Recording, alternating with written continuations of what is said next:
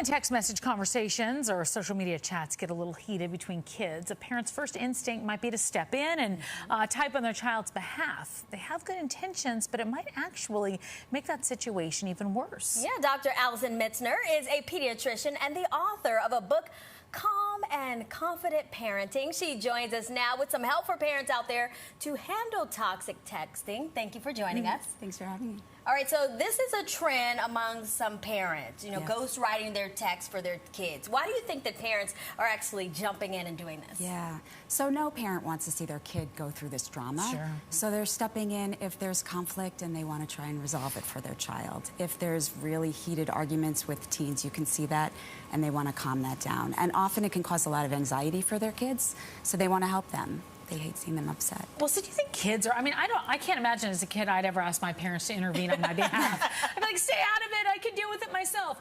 But are kids asking parents for help, or are parents just jumping in and doing it, taking it upon themselves? That's a great question. Both, actually. Some kids will ask their parents for the help of how to respond, but a lot of times, and parents admit to do this, they will do it without their child knowing. They'll see it pop up on the table or a text message, and they'll respond on their child's behalf. Okay. With good intentions, but yeah.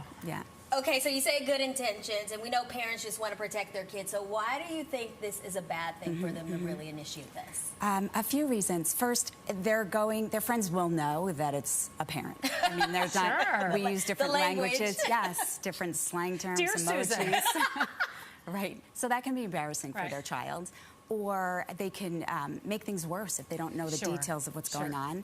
But more importantly, you want them to learn how to resolve their own conflicts, their misunderstandings, the communication tools that they need to learn. They'll make mistakes, clearly, but they'll learn the best way that way. Yeah, and you want them to be careful, because once something is texted, it's it can be there forever.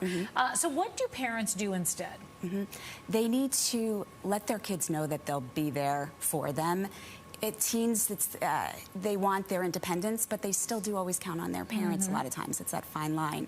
So you want them to know that they can count on you to help handle those text messages, but don't handle them on their behalf. Okay. Okay, so what are some ways that parents can kind of help their kids kind of navigate touchy situations? Text? A lot of different things. First, I would say have your child know that your friends might not have their text messages or their phone available to read text messages all the time. Sometimes it's turned off for homework or at night, because kids can get really anxious if they don't hear a response. They think maybe they said something wrong, or something they did. I mean, adults feel like that. Right, no responses or response. Right, or and that it can cause a lot of Yes. Or they start typing and then it goes away. And you're like, oh no. It's very anxiety-provoking, especially for teens. And the reverse, you should let your kid know that let their friends know the same. They might not have it.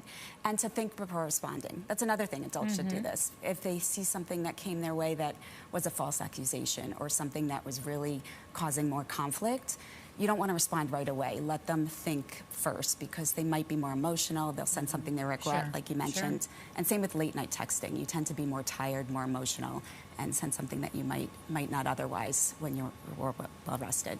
All right, Dr. Mitzner, thank you so much for joining us to talk about this. Such an important topic, toxic texting out there. So if people want to get a hold of you for more advice or to purchase Calm and Confident Parenting, you can visit her website or Instagram page. Information right there on your screen.